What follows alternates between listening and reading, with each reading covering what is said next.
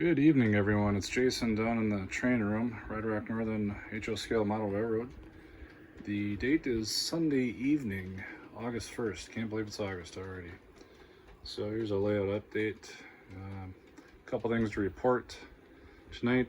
First of all, I guess I'll start here. I purchased this passenger car. It looks like a custom paint, Minneapolis, Northfield, and Southern. I'm not into passenger cars really at all, but for operations, I do have a passenger job on this layout that JMRI operations will assign. So I kind of like this one-of-a-kind passenger car, so I picked it up. It'll go with my Progressive Rail locomotive for now.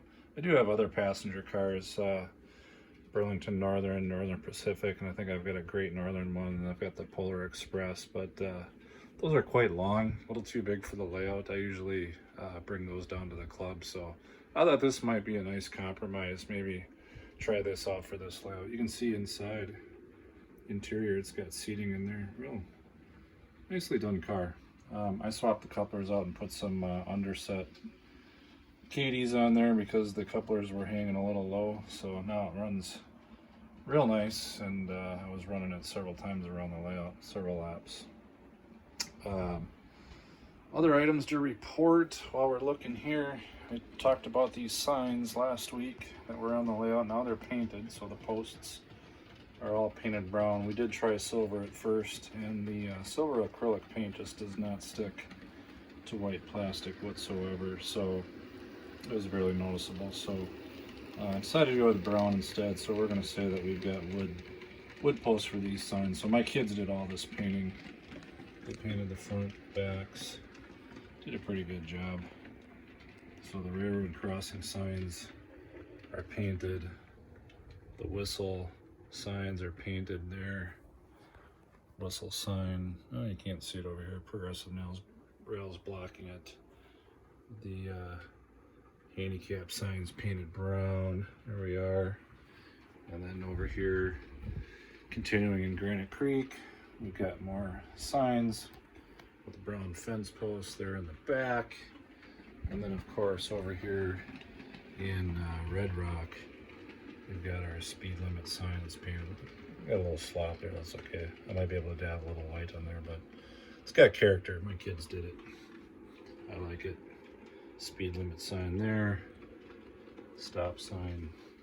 And then of course, our whistle sign right here. Sorry if the camera movement's making you sick. And then the yard limit sign there, as well as the yard limits signs in the back there.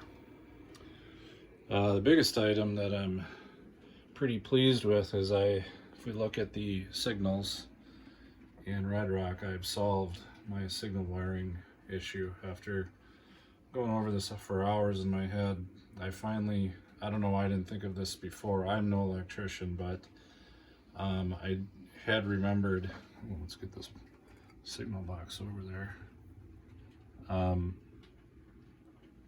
If you recall, my dilemma here was that I've got 3 signal heads, but only 2 double pull, double throw toggle switches to power the tortoises to then in turn power the signals. That's one too many lights. When you start combining wires conventionally, tying them together, ultimately you end up with lights firing that are not supposed to fire, and so you get the wrong aspect. So and then it dawned on me, I remember when I hang around with electricians, once in a while they mention the term diode, and this is a diode right here, actually 4 of them. And a diode basically allows only unidirectional flow of the electricity current, which solved all my problems, because when I was trying to tie or bundle wiring together to drive multiple signal heads with one wire, the problem is that it was, like I said, it was causing misfires and wrong aspects, because the entire wire was energized and the wrong aspect was being displayed on the wrong signal in some cases. So diode solves that because it only allows the electricity to flow one direction, and I'm not going to go into the details of how I use these things, but let's just say they completely solved all my problems, and I'm just a little embarrassed and ashamed I didn't think of using these earlier. So when you look at diodes, just a little bit of information.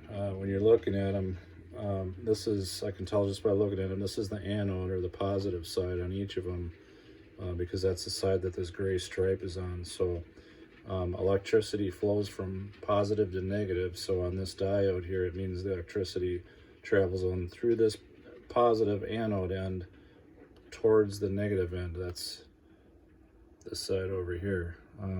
So electricity flows in that direction. It will not flow in the reverse direction, at least not without a tremendous amount of current or voltage, because of eventually the insulators that are in there will actually eventually conduct electricity if you jam enough current in there. But this is just a low voltage wiring, and we won't have that issue here. So spent about an hour and a half under the layout tonight, putting those diodes in, and they're working like a charm. So now when the turnout is aligned for the main line, you can see on the right hand side the main line is green, and these other two signal heads have to be red because those turnouts up ahead are not aligned for either of these two tracks. It's only aligned for this main line. If we line the turnout for the yard, which is right here,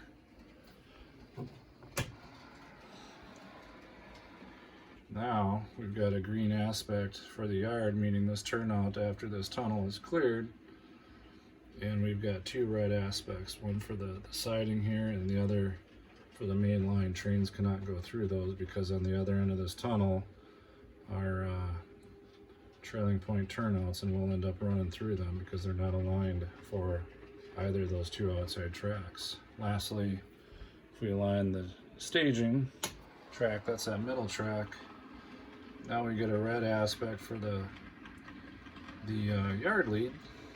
We've got a red aspect for the main, but this middle track here, this is the passing siding. This is now clear in the turnout just past the tunnel. We can take a look at that real quick. And there it is. So here's where the siding comes in, and both turnouts are aligned. So real happy with that. Let me go ahead and line the main back because I got a train running around. So last but not least, George's Gorge, gotten this all buttoned up. So got the scenery back down, got the ballast back down. If you recall, this track was torn up last week, and I was re-leveling it because there was kind of a bump in there and it was causing a derailment with one of my 6-axle locos. So this is all remediated. Scenery's pretty much good to go. You can see a little bit of paint underneath there. This is why you paint your sub-road bed brown, in case any of it shows through. So that doesn't bother me too much. Maybe a little later. Someday maybe I'll sprinkle a little more ground foam, or actually I'll probably put some foliage on there maybe. So this is running real good now, real happy with that. Oh, one more item, I guess.